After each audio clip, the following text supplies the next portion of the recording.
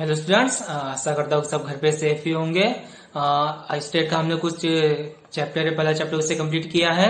आज से हम अकाउंट भी शुरू करते हैं। अकाउंट का तीसरा चैप्टर है ख्याति का पुनर्मूल्यांकन। ठीक है, ख्याति मतलब क्या होती है, किस हिसाब से इसे किया जाता है, इस चैप्टर में सूत्र किस हिसाब से। पूरा चैप्टर सूत्र बेस्ड पे, ज्यादा कठिन नहीं है, इजी चैप्टर है। हम ऑनलाइन स्टडी के हिसाब से उसे कंप्लीट कर सकते हैं। जो पहला और दूसरा चैप्टर है उसे ऑनलाइन पॉसिबल नहीं बनता है करने के लिए, और जो अदर चैप्टर्स है, ठीक है, वो भी ऑनलाइन पॉसिबल नहीं बनते हैं। हम ऑफलाइन ही उसे करेंगे, लेकिन जितना हमसे हो सकता है ऑनलाइन के थ्रू उतना करने की जरूर कोशिश करते हैं। एक इम्पोर्टेंट ऐसी नॉर्मली सूचना है, उसे फॉलो करना कि हमारा जो आरोग्य सेतु ऐप है उसे जरूर डाउनलोड कीजिए, क्योंकि जो उससे जो इन्फॉर्मेशन है वो जरूर मिल जाती है। ठीक है, जो टेक्नोलॉजी है उसका जरूर उपयोग कीजिए, और जो आरोग्य सेतु ऐप है उसे जरूर डाउनलोड कीजिएगा। जैसा कि ऊपर देख सकते हो स्टूडेंट्स, आज हमने ख्याति, ठीक है, वो चैप्टर लिया है जिसे इंग्लिश में गुड विल भी कहते हैं। तो सर ख्याति अर्थात क्या, ख्याति कहते किसे हैं, इसके कॉन्सेप्ट क्या है, ठीक है, उसको अच्छे से समझते हैं। सबसे पहले इसको समझने के लिए देखते हैं इसका अर्थ कि सर ख्याति है क्या।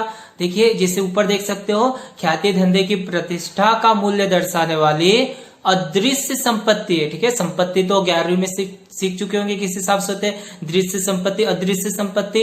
अदृश्य संपत्ति अर्थात ऐसी संपत्ति जिसे हम देख सकते नहीं है, लेकिन जिसका मूल्य तो होता है। ठीक है, इस प्रकार ख्याति का अगर अर्थ देखें तो इसका पूरा अर्थ बनता है ख्याति यह धंधे की प्रतिष्ठा दर्शाने वाली अदृश्य संपत्ति है। ठीक है, तो इसे समझते और ख्याति को अच्छे से कॉन्सेप्ट बेस पे, तो इसका नॉर्मली अर्थ है।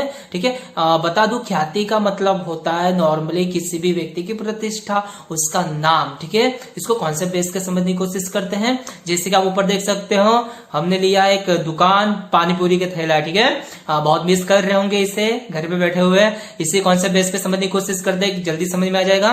जैसे कि आप देख सकते हो, दुकान नंबर 1 जो कैलाश की पानीपुरी है, बहुत फेमस है, उसको हमने लिया है। लेकिन जो कैलाश की जो पानीपुरी है, जो ठेला उसके पास, उसका जो बिजनेस है वो अच्छे से चलता नहीं है।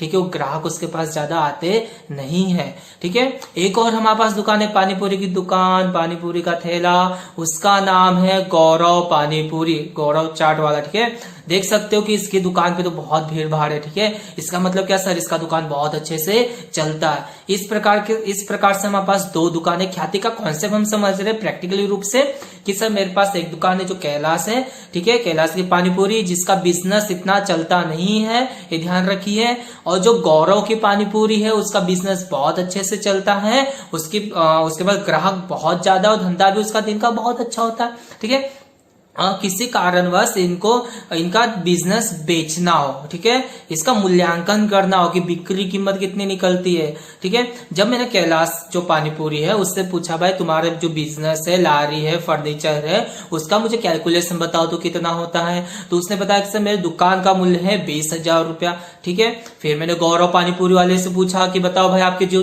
फर्नीचर आपने लगाया, फिर आपके पास जितना भी माल सामान है, उसका अगर मूल्य निकालो दुकान का तो कितना होता है। तो गौरव पानीपुरी वाले ने मुझे बताया सर मेरा भी मूल्य होता है 20,000। इसका मतलब दोनों की संपत्ति का मूल्य कितना है, 20,000। जो फर्नीचर हो गया, लारी हो गई, उसका दोनों का उन्होंने कैलकुलेशन किया तो 20,000 मिला। ठीक है, फिर मैंने कैलाश जो पानीपुरी है, जिसका कि अभी इतना नाम नहीं है और जो इतना चलता नहीं, ग्राहक उसके पास नहीं है, मैं बोला भाई आपको अगर दुकान बेचनी हो तो आप कितने में बेचोगे, क्योंकि दुकान का मूल्य तो 20,000 या। बोला मेरी बिक्री कीमत भी 20,000 होगी, क्योंकि उसे भी पता है कि धंधा चलता नहीं, अगर कोई खरीदेगा भी तो इतना नहीं चलने वाला, इसलिए उसने बोला सर 20,000 लेना हो तो ले जाओ।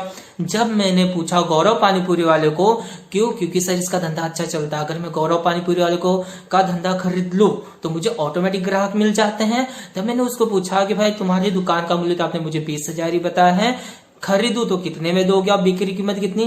तो उसने मुझे बोला कि बिक्री कीमत मेरी 30,000।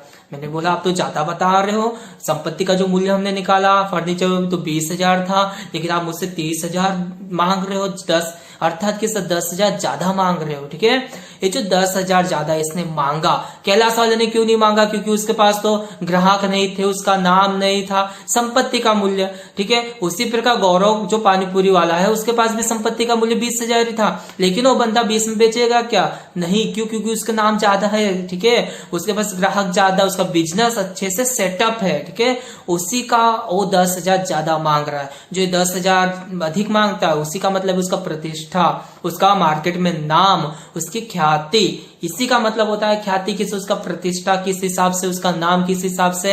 अर्थात यह जो गौरव पानीपुरी वाला है अगर अपना धंधा बेचे तो उसकी जो बिक्री कीमत है उससे ज्यादा ही लेगा, संपत्ति से ज्यादा ही लेगा। जो ज्यादा की कीमत होती है उसी को हम कहते हैं ख्याति। होप की कॉन्सेप्ट समझ में आएगा ख्याति का। इसी प्रकार से होता है जैसे आपको पता है कि सब BMW की कार है, ऑडी की कार है तो बहुत महंगी जाती, लाखों करोड़ों तक इनकी वैल्यू रहती है। ठीक है, बैठते तो वही 5 ही लोग है, वही ऐसी उतनी फैसिलिटी तो हमें नॉर्मली कार में भी मिल जाती है। लेकिन जो ऑडी और BMW उनका नाम है, समाज में एक प्रतिष्ठा है। ठीक है, वो अपना प्रतिष्ठा नाम का मूल्य लेते हैं। ठीक है, इस प्रकार से उसको ख्याति कहा जाता है। ठीक है, सिंपल लैंग्वेज में। अब सर ख्याति की कैलकुलेशन कैसे करते कि इसकी जो मैं 10,000 जैसे कि गौरव पानीपुरी ने उसके 10,000 उसने कैसे कैलकुलेट किया, चाहे तो 20,000 भी मांग सकता है, 30,000 भी मांग सकता है एक्स्ट्रा। ठीक है, तो उससे 10,000 ही क्यों मांगा, ठीक है, मुझसे अधिक। तो इसकी कैलकुलेशन किस हिसाब से की जाती है, किस पद्धति से की जाती है वो देखते हैं। ठीक है, बुक में हमारे पास सब पद्धति है, आप ऊपर देख सकते हो। ख्याति के मूल्यांकन की पद्धति हम देख रहे हैं कि ख्याति की गणना किस किस पद्धति से हम कर सकते हैं। तो ऐसे हमारे पास टोटल 4 पद्धति है। सबसे पहले है औसत लाभ की पद्धति। औसत मतलब एवरेज हम सीख चुके हैं स्टेट में। सबसे पहला औसत लाभ की पद्धति, फिर हमारे पास भारित औसत लाभ की पद्धति। ठीक है, इसको और डिटेल में हम अच्छे समझते ही चलेंगे, फिलहाल तो मूल्यांकन की पद्धति देखते हैं। तीसरा हमारे पास अधिक लाभ की पद्धति। ठीक है, और चौथा हमारे पास लाभ के पूंजीकरण की पद्धति। इस प्रकार से हमारे पास ख्याति के मूल्यांकन करने की 4 पद्धति। ठीक है, कोई भी कंपनी प्रैक्टिकली रूप से इसमें से कोई भी फॉलो कर सकती है, वो कंपनी के ऊपर डिपेंड रहता है। लेकिन हमें सीखनी तो चारों पद्धति, क्योंकि बुक में हमें चारों पद्धति से सवाल पूछे जाते हैं। आज फिलहाल हम सिर्फ देखते हैं औसत लाभ की पद्धति कि सर मुझे औसत लाभ की पद्धति से ख्याति की गणना करनी हो तो किस हिसाब से होती है। ठीक है, औसत लाभ की पद्धति इसके नाम से क्लियर हो रहा है कि सर मुझे औसत लाभ निकालना पड़ेगा। ठीक है, तो सबसे पहले कैलकुलेशन होती है औसत लाभ की। तो औसत लाभ किस हिसाब से निकलता है, औसत मतलब एवरेज, अर्थात कि कुल लाभ जितने भी वर्षों का लाभ होगा उसका टोटल किया जाएगा।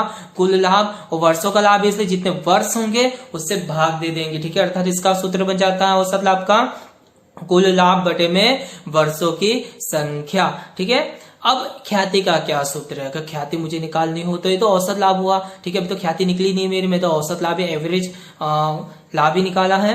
तो ख्याति का सूत्र बनता है हमारे पास औसत लाभ गुणे खरीदी के वर्ष। ठीक है, सवाल में खरीदी के वर्ष दे दिए जाएंगे, उसका कोई आपको टेंशन लेने की जरूरत नहीं है। जितने खरीदी के वर्ष होंगे उससे गुना कर देने का। ठीक है, खरीदी के वर्ष में कोई कैलकुलेशन नहीं होगी, साफ साफ आपको दिया रहेगा, जब सवाल करेंगे तब देखते हैं। ठीक है, इसी आधार पर एक सवाल लेते हैं, इसको सॉल्यूशन करते हैं। सर सवाल आप ऊपर देख सकते हो किस हिसाब से है, दी गई जानकारी के आधार पर 4 वर्ष के औसत लाभ। ठीक है, ध्यान रखिएगा, मुझे सब क्लियर दिया है सवाल में। औसत लाभ कितने वर्ष का है, 4 वर्ष का।